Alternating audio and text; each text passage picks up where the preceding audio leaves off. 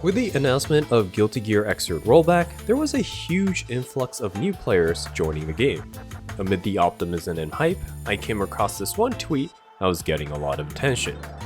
Hey Rev2 Lab Monsters, I don't want to be that guy, but please don't clip yourself mixing up newcomers in the corner with the caption, "Welcome to Xrd" or "No walls to save you this time." Saw some people doing it during BBCF rollback hype, and it rubbed me the wrong way. Now personally, I have never met anyone who does this since I have been fortunate enough to be in an area where a lot of experienced players have been very welcoming. But I do feel for the less fortunate players who have had some sour experiences.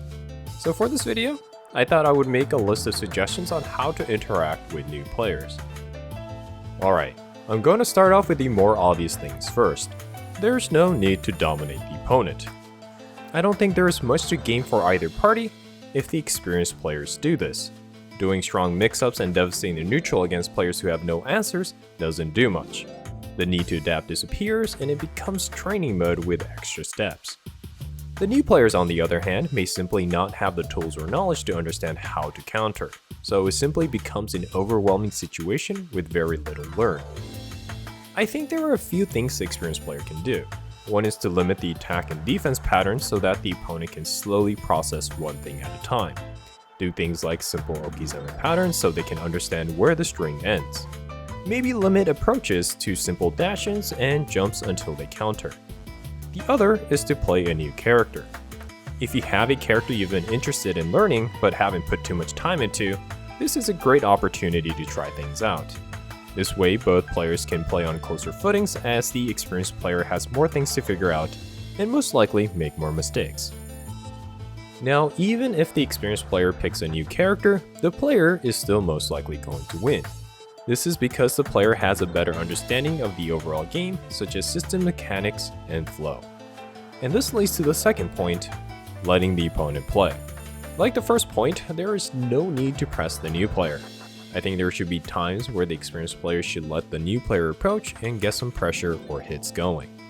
This way, the new player can try out whatever they practiced beforehand. Now you might be asking, why should I let anyone get unearned hits? Well, one thing, letting a new player attempt things is healthy for their enjoyment and confidence. Another is that you get to practice observing opponent habits and reading between the lines.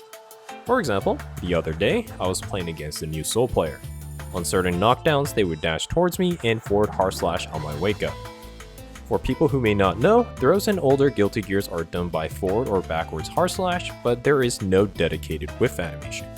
If the opponent is within range, the throw will connect, and if not, forward or backward hard slash will come out. So from this observation, it is clear that the player was trying to throw, since forward hard slash is not a very good attack for pressure on a blocking opponent.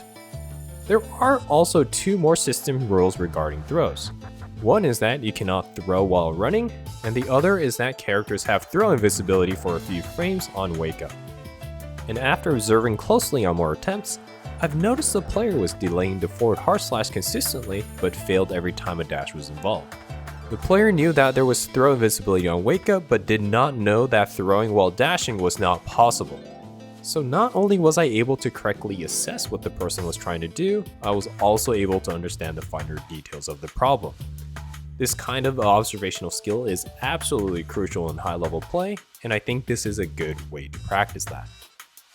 Now this situation is going to lead to our third suggestion on how to give advice to new players. If there are obvious misunderstandings, it is beneficial to inform them. The method though is very important. I usually wait at least a few times before letting them know. The reason why is that a new player is more prone to make mechanical mistakes. They may know a certain thing but may not be able to do it on a consistent basis. And if that is the case, it may be annoying if someone points things out after the first failed attempt. I'm exaggerating a little bit here, but they may have that voice in their back of the head going, yeah, I know. You don't have to remind me how bad I am. Also, the way that the information is relayed is crucial.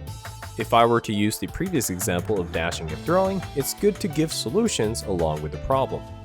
You shouldn't stop at, you can't throw while dashing. You also want to add, you can stop the dash momentum with faultless defense, then throw. If that's difficult, you can also press back and wait slightly before throwing. The key is to give doable solutions instead of providing suggestions that may be optimal but difficult to do. Some of you at this point might be thinking, this is a lot of work and I'd just rather play someone closer to my skill level. Even if that is the case, there may be times where a new player may come into your lobby and play. I think the best thing to do here is to not leave after one game. Just let them know you'll be playing a couple more before switching to other players or ending the session. The one and done discourages new players a lot, and besides, unlike other types of games such as MOBAs and FPSs, the matches don't take too long. It'll be a nice gesture if you can take the extra few minutes to play some matches.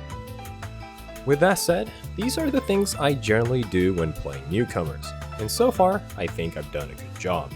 A lot of these players stuck around, and my fighting game life has been much richer now that these players have grown to be close to my skill level or better. And I hope you guys get a similar experience. Anyways, let me know in the comments if you would like to add suggestions to what I have here, or if you want to share any feel-good experiences as a new player. Alright, until next time, have fun with fighting games.